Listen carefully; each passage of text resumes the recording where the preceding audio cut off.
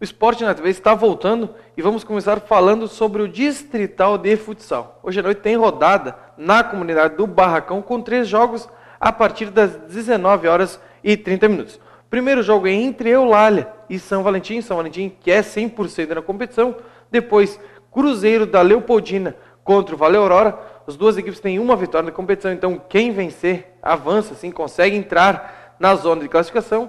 E o último jogo da noite é entre Barracão e Tuiuti. Barracão jogando em casa, fez grandes campeonatos passados, esse ano não se encontrou ainda na competição, mas o Tuiuti vem buscando manter o seu 100% de aproveitamento. Então um grande jogo, Barracão e Tuiuti.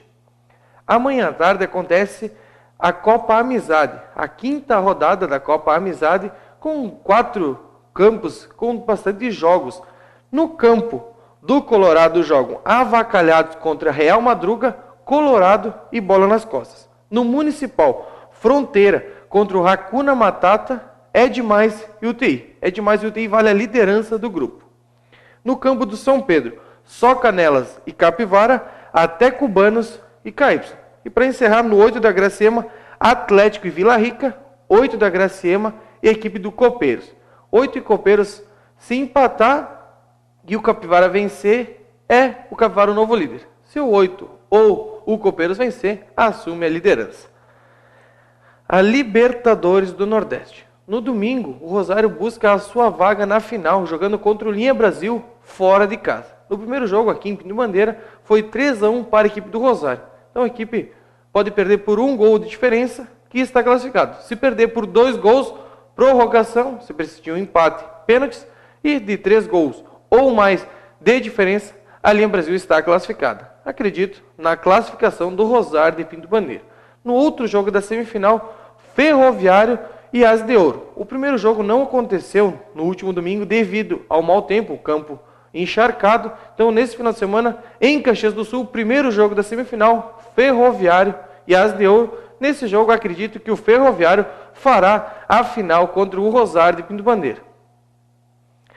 A BGF joga no sábado à noite contra o Lajeado, em Lajeado, o Lajeado que é líder, e o BGF busca uma primeira vitória no segundo turno. Folgou na primeira rodada e agora estreia na segunda rodada.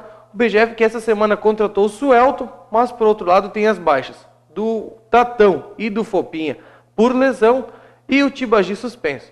Mas o BGF tem que superar essas adversidades, né? E tem que buscar pontos fora de casa contra o líder Lajeado. Hoje o BGF está a 5 pontos da zona de classificação. Então agora tem 8 jogos, aliás, para buscar a classificação, né, rumo à segunda fase, aí sim, segunda fase entre os times que disputam a Liga Nacional.